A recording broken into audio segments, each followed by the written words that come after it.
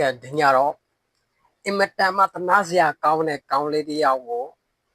မြင်ရမှာဖြစ်ပါတယ်ဒါကြောင့်ကျွန်တော်ပြထားတဲ့ဟာကိုကြည့်ပါကျွန်တော်ဘာမှမတုံ့ပြန်မှုစကားတွေတုံ့ပြန်တဲ့စကားတွေမပြောပါဘူးအားလုံးကိုနောက်ထောင်ကြမယ်ထုတ်ရမားတယ်ဆိုရင်ဗျာခင်ဗျားတို့ကျဲတဲ့ကွာထောက်ပြစမ်းပါထောက်ပြစမ်းထုတ်ရရေးငါတို့ဖေရလူမတက်ဘူးကွထုတ်ရရေးငါတို့ဖေရမတိတ်သေးဘူးကွထုတ်ရရေးငါတို့ဖေရလူမတော့စင်ကြယ်မြင့်မြတ်တယ်ကွ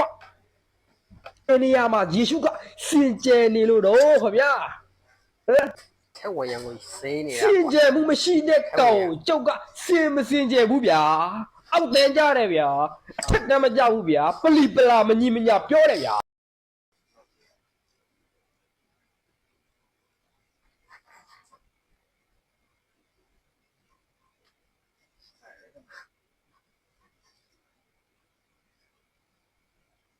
ဒီနေရာမှာကောင်းနေလို့တော့အလိုအင်မတန်မှယုံညံ့တဲ့ကျန်းစာလုံးတစ်လုံးကြီးကိုဖက်စီလိုက်ငါဖျားကိုမယုံကြည်လို့ရှိရင်လုံးဝထောင်ရအပင်ငရဲ့ပြောတဲ့တရားဟောဆရာကပြောတနာစရာတော့မင်းတို့ကမထိမသိမ့်တဲ့အပြင်အောက်ကနေအာမင်အာမင်အာမင်ဟာလေလုယာဖျားတခင်ကောင်းကြီးပေးပါစေဘုရားတခင်ကောင်းချီးပေးရင်မင်းတို့ခရစ်ယာန်ဘာသာတွေအကုန်လုံးကိုကောင်းချီးပေးလိုက်စမ်းပါအရင်ဦးဆုံးမြန်မာနိုင်ငံမှာရှိတော့ခရစ်ယာန်ဘာသာတွေအကုန်လုံးကိုလေခမရတို့ဥစွာပဏမချမ်းသာအောင်လုပ်လိုက်စမ်းပါဥစွာပဏမအနာယောဂကင်းရှင်းအောင်လုပ်လိုက်စမ်းပါဥစွာပဏမမင်းတို့ရဲ့ခရစ်ယာန်ဘာသာဝင်အားလုံးကိုလေအသိပညာနဲ့ဖွံ့ဖြိုးအောင်လုပ်လိုက်စမ်းပါလဲတော့ပြလိုက်စမ်းအတားတွေလောက်တယ်ဆိုရင်ဟုတ်တယ်ကျုပ်ထုတ်ရဲ့ယုံမယ်ဗျာအခုဟာကကိုဘာသာချင်းကိုရှိုင်းပြင်းချင်းမလုပ်ဘဲနဲ့ရိုင်းပြင်းချင်းမလုပ်ဘဲနဲ့သူတစ်ပါးအိမ်ပေါ်သက်ဘာသာဆွဲပြောလို့ရှိရင်လေအေးဝင်ကလေးအောက်တန်းစားအေးဝင်ကလေးလား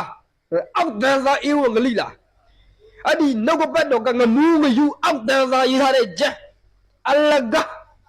ဒါတို့မင်းတို့တွေက